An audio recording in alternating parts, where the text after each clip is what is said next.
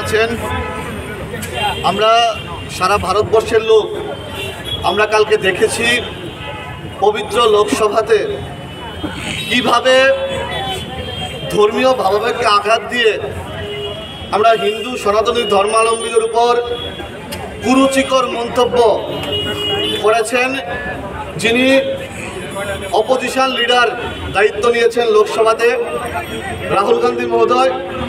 আমরা যুব মোর্চার কার্যকর্তারা সারা রাজ্যব্যাপী প্রত্যেকটি মণ্ডলে তৎসঙ্গে আগরতলাতে আমরা ধিক্কার প্রদর্শন করছি, আমরা তীব্র প্রতিবাদ করছি।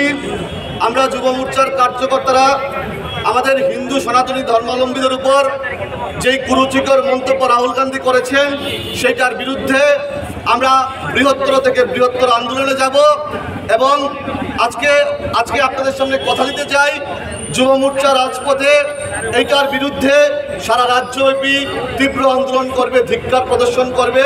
এবং আজকের এই আমরা যে ধিক্কার প্রদর্শন করছি আমি প্রত্যেকের উদ্দেশ্যে বলতে চাই ধর্মীয় ভাবাবেগ নিয়ে যেই মন্তব্য সেটা যেন অবিলম্বে উইথড্র করা হয় সেই দাবি আমরা করছি।